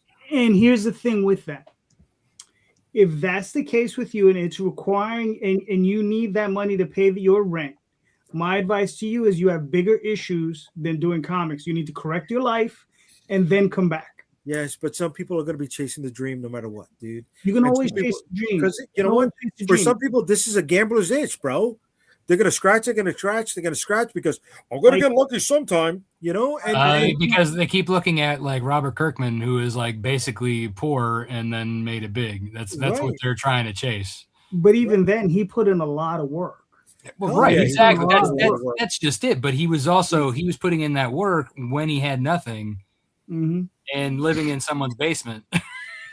yes, Right, and that's fine. But see, the that's thing just is- that's choices though. That goes back to ROI. How Right. much you want to put into it versus, you know, what are you going to get back from it? And you have to have that balance somewhere. If you want to be Kevin Smith and max out your credit card for 50 grand and take a shot, go take your shot. That's your call. But Right. you got to be all in if you're going to be doing that kind of stuff. Mhm. Otherwise, you got to find the Right. balance. Like, I'm going to do this on the weekend. I'm going to work my day job during the week, weekend, week. You know, you gotta have that balance before you can sort of like really decide this is what you want to do, like for a living. That because then everything changes once you reach that point. Right. And if it doesn't work out for you, you shouldn't be bitching about it because you took your shot. right. Took your shot. Right. And that's it. Be a man, be an adult, take your shot. And don't say Make it work. don't say Yeah, comic and, book broke broke and me. listen, Yes. the unfortunate part of this is that most comics in the history of comics have failed. Okay. As far as like creator-owned stuff, you can go to dollar bins and 50-cent bins across the country every single weekend and find the failures of people that have tried to do this.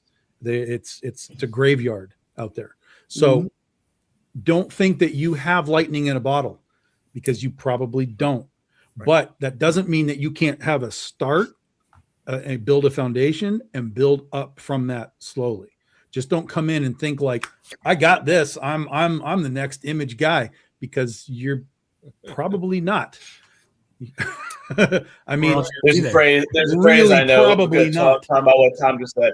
There's a phrase that my grandpa said to me 50 years ago, and it's, you know, if you do the thing and you fail, if you really want to do the thing, you'll continue to try to do the thing. But if you've done it 2, 3, 9, 20 times and you still fail, but you keep going back to do that thing, you're not starting from scratch. You're starting from knowledge.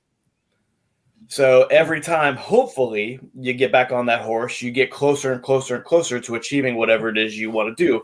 Because every single time you do it, you learn something new about how you messed up or what you need to do better or what you need to, whatever it is. So I think that really that idea of, oh, you know, I got a rejection letter from Image for my book that's going to be my, you know, magnum opus, you know, story.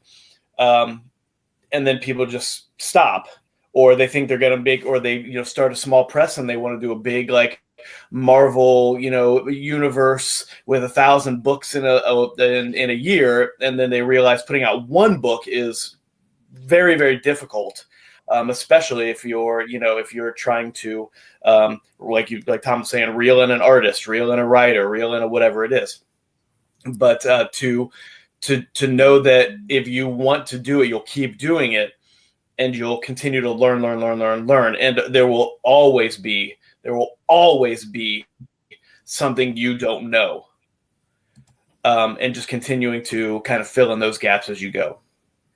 Yeah, that's the important part. Is it's not just doing it again; it's learning about what you did wrong, and then taking that knowledge and moving to the next step and trying to correct whatever that problem might be. Yeah, and that's exactly. And there's still no guarantees even in that, but at least again you're learning something, and in that journey you might end up just finding a completely different door than what you were aiming for, just because you've acquired knowledge of things. And it may be that you are not here to write or draw comic books, but maybe you're here to be an editor for other people because of the information that you've acquired, and maybe that's your skill set. So just absorb everything as best you can. Yeah, I mean, to Tom's point, I mean, I've encountered creators that I know of who are doing books that they're doing books, and that's fine. But it's like, I feel that if they had directed their energies in other areas, right? Like maybe not just promoting their work, but promoting other people's work, that would have been an area where they could have met a lot of success. You understand? Maybe not going the route as a self-publisher, but maybe them being a publisher, right? And maybe that, and that might have been their strength. Maybe they're not great creators. You understand? But there could be other areas within comics where they could be great. But sometimes people get, we all get the stars in eyes, like Jay said, and we just want to do this stuff. And it's just like, look, it's not for everybody. It's not easy. It's hard. It's a hard, tough task. And, you got to have a really, really thick skin, Let's see. Rob says there are times when reality needs to be acknowledged. Yes, which is why my magnum opuses will likely never be made properly. I recognize myself that what I had written when I was 16 is just not a good project, but put out there for many reasons. I succeeded better when I was making other worlds from scratch. There you go. Yeah, there you go. Yeah. All right. Cool. Jay, did you answer the question? I don't even know. Yeah. I went for it. All right. Good job. I don't even remember it, but okay. Tom, do you have a question? Okay. So this isn't the usual deep introspective one that I bring to JD's, but it's something that I've heard some people talk about lately. And because of the society that we're in, which is basically ADHD, and we only read headlines, and I've heard comic book creators coming in saying, comic book readers only want one-shot stories now, so I'm only going to do one-shot stories, not doing series anymore. And I'm like, for me as a reader, it's like I'll read a one-shot, but I prefer a story that keeps going. All of us here have stories that are continuous. So I have done one-shots, but they're all within the context of my larger series. Like I have my Critter series, and I've done one-shots for the other characters, but they relate back. So this is just a curiosity thing. Is this something that you've had any sort of hearing about? Like, hey, I think maybe we need to change what we do here. I mean, even the current Batman run right now, the Matt Fraction run, is basically each issue is an individual issue with only just the tiniest sort of continuity thread, but everyone is designed to be like, it's just a new story here. So have you heard any of this in your world? What is your thought process on the one shot versus the ongoing? And have you attempted either or? Sean, you're up. I mean, I've definitely heard that over the couple years that I've been doing it. So Recon, that universe is one shots that I'm doing. That was the second series that I started. So in essence, I'm doing it kind of weird though. So I'm doing 3 one-shots that actually tie into a finale. So like those 3 different stories or different timelines, and then it's going to be a finale of all 3 of those. And that is my biggest one that I've done so far. I had 200 backers on that, and I hit over $5,000, which is my biggest out of the 7 campaigns that I've done. So yeah, I mean, I just wanted to tap into that because people have been saying that and seeing how well it would do. I don't know if it was because it said one shot on the page, or if it's because of what the actual book is. Robots and zombies. Everybody likes robots and zombies, in my opinion, anyways. So maybe that was a big factor as well, or all of the above. But I'm definitely not scared of trying something different that people are saying will work, that I can get more eyes on, and a different audience that I don't already have. So yeah. You could have like doubled your money if it was Robot Girls versus Zombie Girls.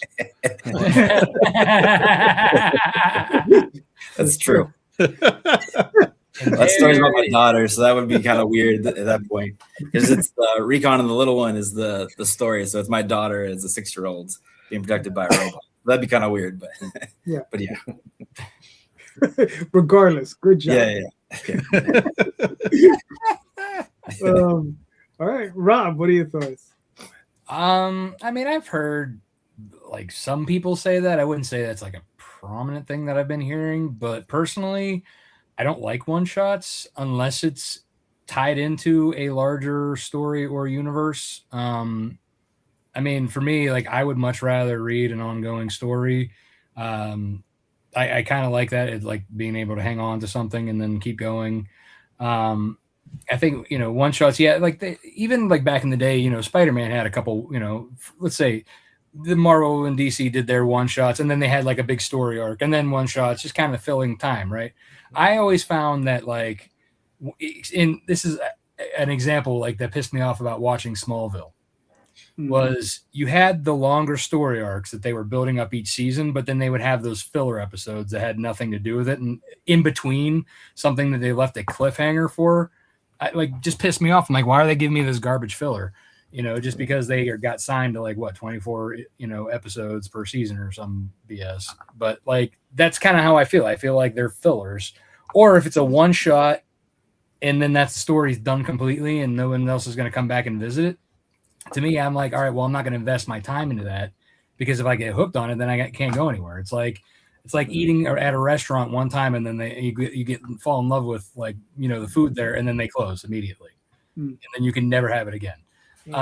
So I kind of feel like one shots do have their place in certain things. Like, for example, if you do a crossover with somebody, an actual one shot crossover comic, that's cool because then you get to experience both worlds from a new perspective, but then you could also jump into those universes of the ongoing series.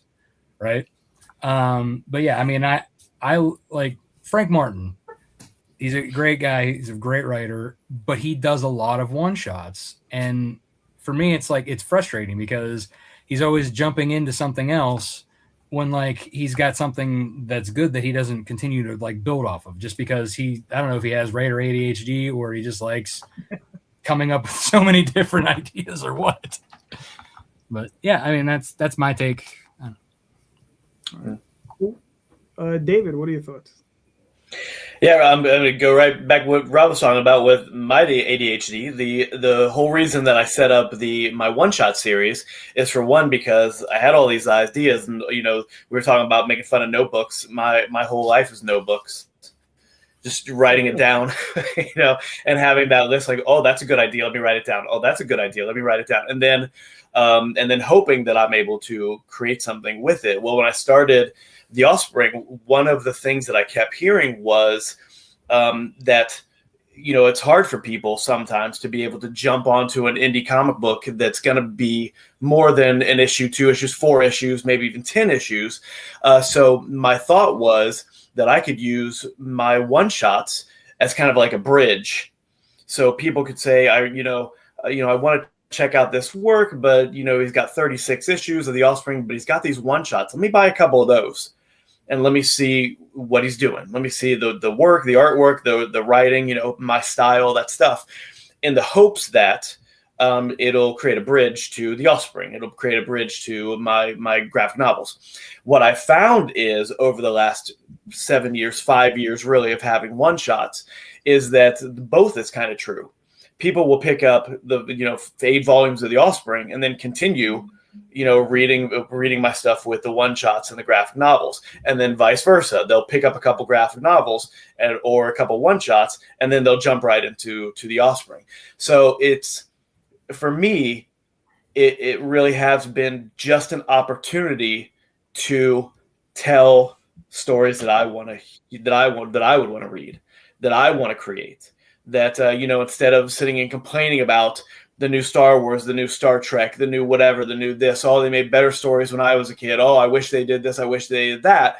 I'm not in charge of any of those stories. Their stories are their stories. I'm going to watch them. If I like them, great. If I don't like them, great. But I wanted to use that energy in my brain to be able to make stories that I like. And if people like them along with me, amazing. If they don't, that's fine too. It really is just about getting out that creative part of me, so that 50 years from now, if my great grandkids pick up, the omnibus of 1, 2, 3, and 4 of The Offspring and read it, they're like, great grandpa made this. That's cool. Maybe I want to do that too. And then who knows? My lineage will be the next Stan Lee because of what I've done now, in the hopes that I sell books along the way. All right, cool. Jay, what are your thoughts? I think it all comes down to execution, dude. Right? If the one shot it's good and it's beefy, and it's an indie book, okay, because how many indie books ever get to complete an entire arc, let alone a mini series or a series? I'm down with that. If it's a reset, like when Chris Claremont used to have the X-Men baseball stories in between arcs, okay, not bad. But if there's something to the one shot, like I remember when Mark Greenwald passed away, Marvel did a special one shot of Hercules and the Hulk traveling through Elysium. It was a one shot. It wasn't 48, but it was more than 32. It was somewhere down there. And it was dedicated to Mark Greenwald. Okay, that is the favorite of mine. Are there shitty ones? Yeah, there's shitty ones. The ones that are poorly executed. Yeah, those are the ones I don't remember. I know it happened. Which ones are shitty, Jay? Name names. Yes, all of them. Are there unintentional one shots? A lot of unintentional one shots. A lot. Like I'm so happy to see where Sean is at right now. I am, because I met him at AwesomeCon in DC, right? And he came over, and I know what it's like being on the other side of the table. And it takes a lot of chops just to show off your stuff, right?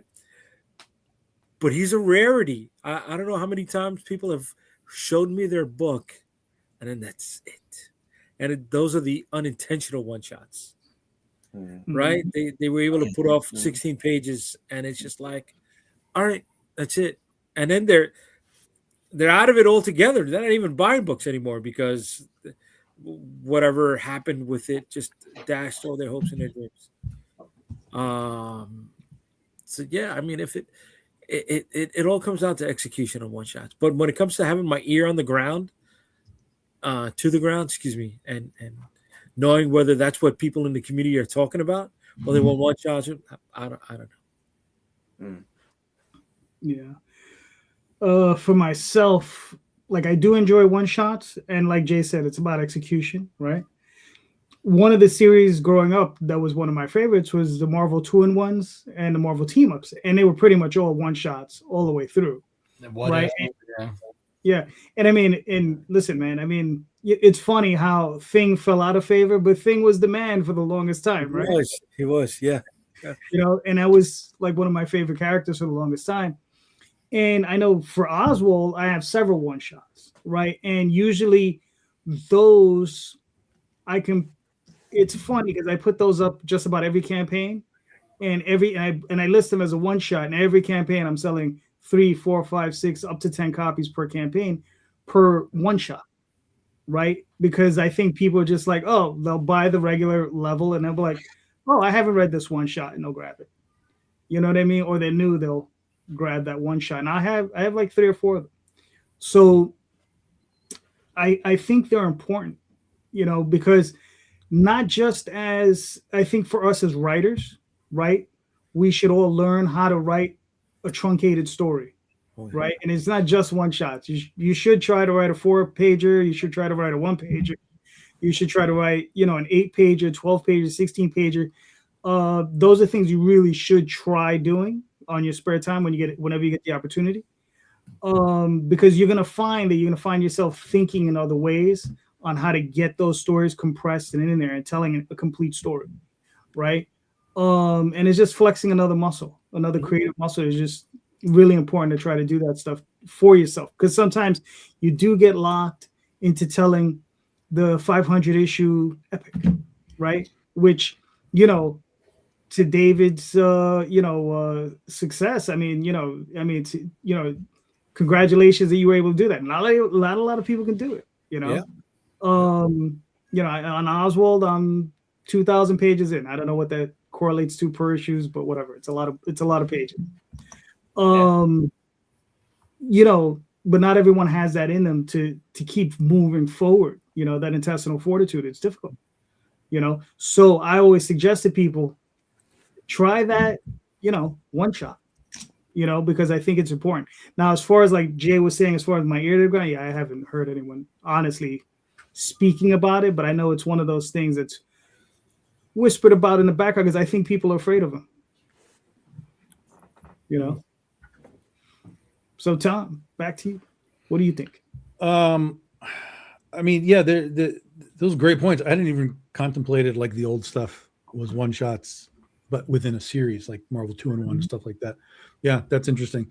I've heard some creators talking about, well, I'm not doing continuity and ongoing series anymore because nobody wants it. And I'm like, that's horseshit. Like, I feel like that's genuine bullshit. I feel like trying to convince yourself of that for whatever reason you may be convincing yourself. I find, well, number one, the comic book market is based on ongoing series. Even if they're only like 24 issues or whatever and starts over, people want the next one. They want the next one. They want the next one. Blah, blah, blah, blah. You can have a mini series that resets, do another mini series. That's still a continuing series, right? Whenever I'm at cons, I struggle to sell the one shots that I have. Really? I struggle to sell the anthologies that I have. But when they see 5 critter volumes and 5 Oz volumes and 5 Penny for Your Soul volumes, oh shit, you got so much. I want all of that. Yep. They want to binge like Netflix. Yeah. And then I'm like, well, so if you like all this critter, she's got 2 stories in these anthologies too. And those are add-ons essentially. Like, oh, okay, toss those in as well. Yeah. But it's very rare for people to come up and be like, oh, I just want those anthology books. Like, that's all I want. Those one shot, 3 one-shot stories in the book. And so that's why it just was kind of in my brain. I was sort of like, what am I not hearing things that are happening? And clearly it's still just sort of a whisper in the wind that's kind of happening. And I think it's just people making excuses for putting out issue 1s and going to Kickstarter and putting out issue 1s because people buy issue 1s more than, like, let's say the sophomore issue, right? They're issue 2 kind of. Sure. Well, and that's the Polito method, right? He everything he has is continuity, but every time he puts out an issue, it's number 1. Right. Even though it's technically number 20, 30, 40, 50. Right. It's Lady Death, Abysmal Descent, number 1. Lady Death. Oh, up in her castle, number 1. He uses the subtitle, right? Right. But then he also breaks those crowd-funded books, those like bigger, thicker books. He breaks those up into issues and puts them into the retailers. Sure. Yeah. So Yeah. Issue 100%, by issue yes. There. Correct. But when he was doing his crowdfunding stuff, everything was a number 1. Yep. And so people were sort of attributing that to that again, like, oh, look, it's just a number 1. It's just number 1. They're just coming in. And it's so yes, but if you were to read the 12th number 1, you would have story that you'd be like, well, I don't know where I am.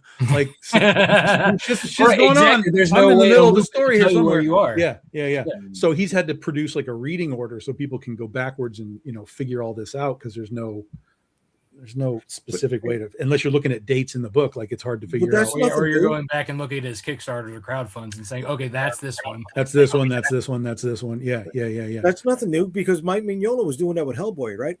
He was cherry picking the timelines within his stories, and they weren't always, 4-issue minis or 6-issue minis.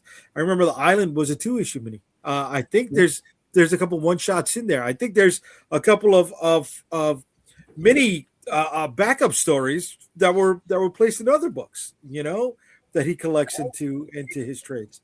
So it's but he's moving from place to place. What I'm saying with Polito is he has A, B, C, D, E, but it's all presented as 1, 1, 1, 1, 1. So if you come in on number D, number 1, you'll be kind of like, I feel like I'm in the middle of something here. Yeah. I do something similar to Oswald, where there's an overarching plot, but there are a bunch of smaller stories in between. So I'll do like issue 1 through 4 of one story. Then I start with the number 1 is issue 1 of 4 of recurring miniseries. Sure, absolutely, yes. And then, but what's funny is I don't know where Polito picked it up from, but the first person I remember doing this sort of thing is Barry Blair from Elf Lord, and this was way back in the day. And what Barry would do is every issue number 4, he would cut the series and there would be a new number 1. And the thing is it would just continue. Like he would just continue. And he did it because he knew he would get a bump up every number 1. Right. Yeah. Yeah. Oh, sure. so DC New 52, right? Everything got reset, but Batman and Green Lantern. It was a new number 1, but it was still the arc from continuing the previous arc from DC. Yeah, that was always a weird thing in continuity for me, is like how that actually worked out for them. But yeah, but he's the first creator I ever heard doing that, Barry Blair. So we might be able to, like, you know, get that back to Barry. He's no longer with us. God rest his soul. You know. Get him on. Get him on. Listen, I don't have a Ouija board. Oh. Wah, wah, wah. There you go. There you go. Well, you have to bring him on. So, all right, Rob, what's your question? I'm only joking. I was gonna say I wasn't prepared. A pop quiz. No. All right, let's say we got a couple of minutes. I'll ask a softball, right? Real softball one. When you find yourself winding down creatively, what do you do to recharge? Right? What do you do to recharge? Rob, you're up again. Winding down. Who does? Yeah, like if you find yourself winding down, or you find yourself not in the right space. Rob's better than all of us. He's always on. No, I wouldn't say I'm on, but I'm always doing something. I am definitely a workaholic. I honestly, I think I do too much. I do need to take a break because I have been. You were just in Disney World. That's all the break you need. Oh, that's fair. That's fair. But even while I was there, I had my laptop for the evenings. Gotcha. No, I honestly, I think my downtime, when I do actually kind of take a break, I will pick up a video game or an old video game, or I'll play with the kids, you know, go to the movies or something, just general stuff, you know, pick up a comic, you know, like that's my recharging is my recharging of what inspires me to do this in the first place. Right. So like, yeah, so reading a comic book, playing a video game, watching TV, watching a movie. I don't get as much time as I used to do it, but I still do it in the you know, any given time that I can. And yeah, that's, I mean, really going back to the inspiration, or, you know, or even just like maybe finding something new that helps re-inspire, you know? All right. That's fair. David, what are your thoughts? Yeah, I'd say, you know, it's important, just like Rob said, it's important to have that downtime. You know, I anytime I start to feel like I'm not getting something done because I'm sitting, you know, watching a show or you know, playing cards with my kids or whatever it is, which is super important time. I always remember that you know, those times are your chance to breathe, to be able to get back to it. If I am really trying to work, but I just don't, you know, I'm not in that headspace, I try to always make sure I have some backup work, whether it's maybe 1 or 2 like pinups that or covers that I haven't done yet, or something that just kind of keeps me in that space of creating. I try to have something as a backup if I'm not ready to do like the big stuff, like finish, you know, inking page 25 or page 50 or whatever of whatever issue. I try to always make sure I have a backup so I can put that on the drawing table, and I can kind of do that and get myself and know that if I mess this up, the world's not going to end on anything you do. But to kind of have that there and kind of get myself back revved up to creating. Usually, like if I have a few hours to myself, I'm gonna be at my drawing table drawing. Usually having those little backup, like plan B, plan C things to do will help me like gear up, and that'll get me thinking, and that'll get me moving, and that'll get me going to be able to go, okay, this, you know, halfway done with this pinup or this promo poster, whatever it is. Now I'm ready to pick up that page now that I was kind of ignoring because I wasn't sure if I was ready to do it or not. So really, it's just for me about always having a plan B, a plan C, to be able to know that even if I'm not in the mood to do the thing, I have other things to do. Okay, fair enough. Sean, what are your thoughts? Yeah, I mean, I just love stories in general. So recharging is either watching a show, watching a movie, video games. I mean, this weekend there was a lot of downtime because snow and ice, whatever. We were really just hanging out in the house, doing whatever we wanted, the family. So I read like 4 volumes of different comics.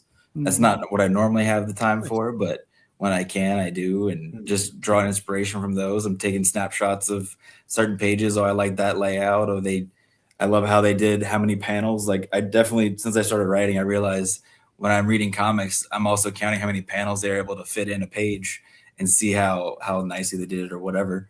Bubbles, taking, whatever. But yeah, stories all the time. But other than that, hanging out with the kids after work, and the wife, and then she's watching the stories with me at night. So there's always a plan, and I always have like something small that I have that I want to do for the Kickstarter or for the next story or whatever. That if I can just check that off the list for the day, then I'm good, and I feel like I've accomplished something, and I can continue on with whatever story and try to relax too. All right, cool. Tom, what are your thoughts?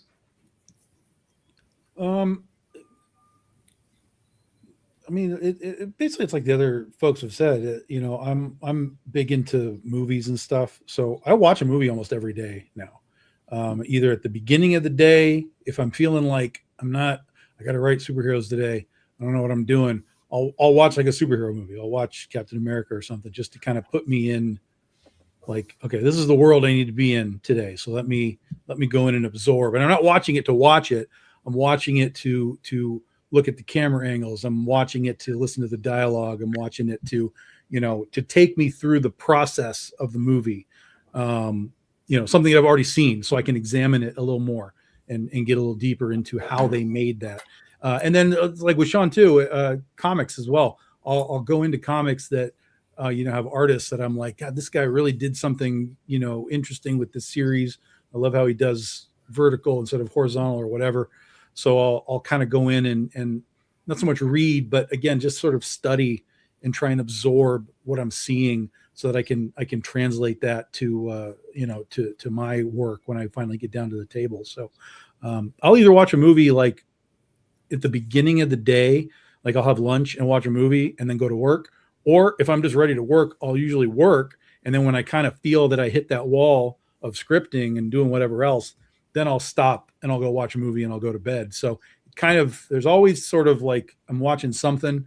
So my brain is always like, it's not focused on scripting or what I'm doing, but it's always in sort of the storytelling absorption mode of like, oh yeah, let me, I'm going to watch that tonight. I'm going to think about it.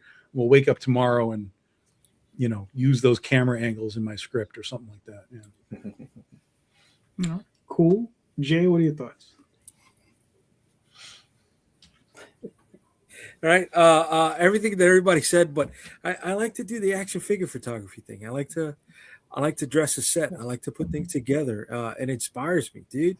Right. Tom was mentioning camera angles, and it's just like when I find that right angle, sometimes it sparks something that brings me back into story development. It's like, how did we get there? What are they doing? What are they thinking? What's lurking around the corner? What happens after this? And it just, boom, it triggers me.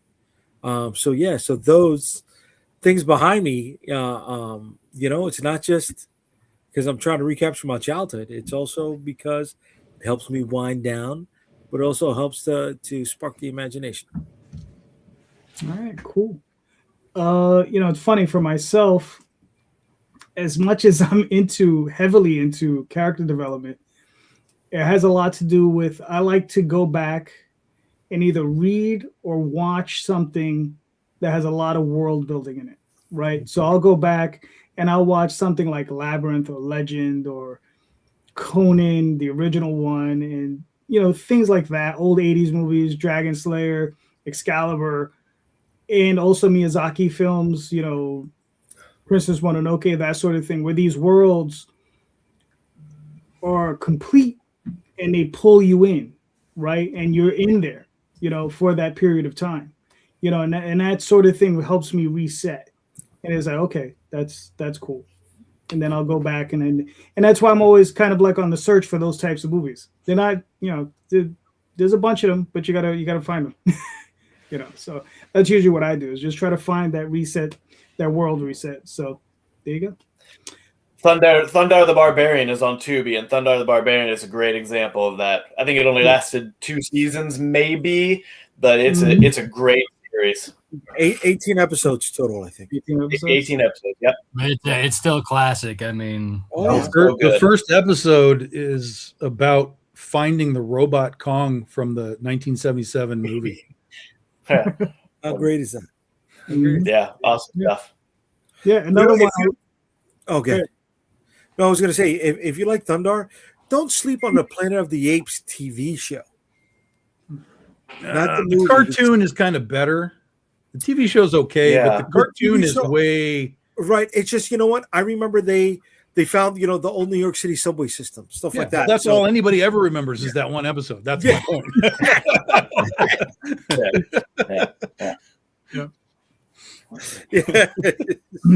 But the cartoon is really deep. I mean, it's really it's a mature cartoon. Yes, and, yes. You can find it on YouTube. Yeah. Well, I got the set.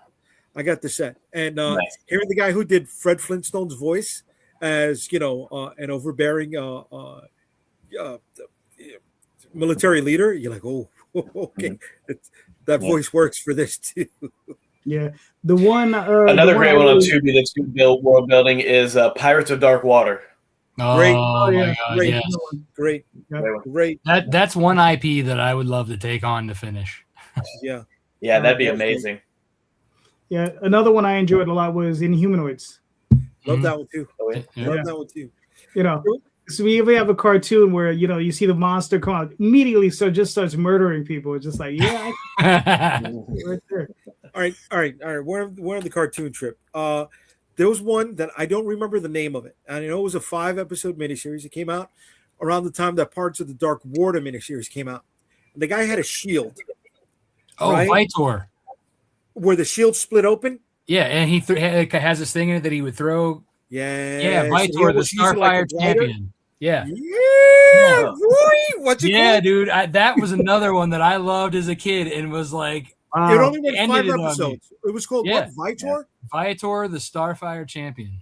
Look at that. Vitor. Starfire champion? Yeah. Jay's been looking for that. What are you putting nerds on here for? Get nerds on your show. What are you doing? No, that was a good cartoon, dude. That was on Fox. It was fucking money, bro. Really good if they got to episode 5. Dude, but you know what the problem was? It was only on when we were in school. So like we could it would either you have to record it or play to be sick to watch it. Damn. Yeah. Man. Great. Oh, well, gentlemen, we made it to hour 2. Good job. All right. So this is a lot of fun. Thank you so much for being here. And let's start with Rob. Please, where can we find you and your work, sir? Yeah, you can find me at Lone Wolf Comics on Facebook, X, Instagram. You could also find me at Rob Malteri on all 3. You can go to that very long Kickstarter link, but the short version is nightwolf.lonewolfcomics.com. And you can go to lonewolfcomics.com if you want to pick up some back issues and all that fun stuff. Hashtag Laser Blast. Love it. It's happening, Jay. It's happening on every show now. There you go. I'm never going to have to accept it. I'm never going to escape that fucking movie. It's funny. I forgot to mention the world that Laser Blast was building. You never know. Yeah, there's a lot going on. Staying away from that. Staying away from that, buddy. There wasn't a Laser Blast like the 80s laser gun game, right? There was a cartoon for that, wasn't there? Laser Tag. It came out at the same time as Pac-Man and Q*bert and what was the other one? Like Super Mario Brothers had one. Did it come? Wasn't there Laser Tag? Also. Yeah, Laser Tag had a cartoon also. Laser Tag did have a cartoon. Donnie, what's up, brother? Donnie, one day we're gonna have to have you pronounce. We have to bring you on the show so you can pronounce your name for us. All right, because none of us can pronounce it correctly. Hadi with Jaha. No, I don't know. Hadi with Jaha. Maybe you're right. It's Hadi with Jaha. Maybe the J is silent. It could be. It could be. I have no idea. Dude, he pronounced it for me. The last J is pronounced like a Y, bro. All right. Come on, Donnie, back me up, bro. Trying to rep you here, kid. Trying to rep you. All right. So I'm sorry, David. Where can we find you and your work, sir? Yeah, sure. Correct Handed Comics, correcthandedcomics.com. Here's a little logo with my name on it. Find that blue left hand, that correct hand, and you'll find links to everything I've ever created. Correcthandedcomics.com. Don't get left out. Hey, I like that. There you go.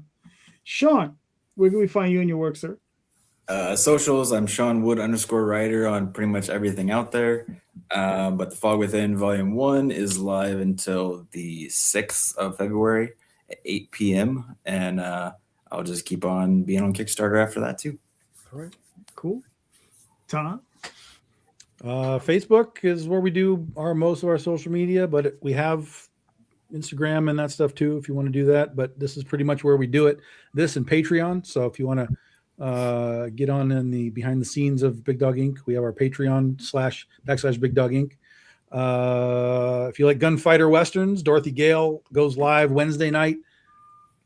this Wednesday night, January 28th, 9 p.m. Eastern time. All right, cool. Jay? UnstoppableComics.com. You'll find all my social media links on the website, UnstoppableComics.com. And then Friday nights, hanging out with this guy over on Comic Book Streamland. Sundays with this guy, sometimes this guy, sometimes some of you guys down there. And whatchamacallit, we're just talking about comic books. We're having fun, just like we do in this show. Sometimes butts each other's balls, sometimes share. Comics and Laser Blast Friday nights. We're staying the fuck away from Laser Blast, kid. If you want to see me get tortured over the movie Laser Blast, watch on Friday night, okay? And sometimes we give away free stuff. Well, you know what? We've been giving away free stuff the last 2 episodes. Maybe we got to keep on giving away some free stuff. I don't know. People are digging it. But check us out. And then Friday, the 13th in February, the Dead Princess Vicky Stakes launches on Kickstarter. All right, cool. And for myself, you can find me on Facebook, Instagram, Twitter, all those different places. Sunday nights here, Friday nights with Jay, like you said. And there you go. And soon to be returning with Rob every other Tuesday. Versa.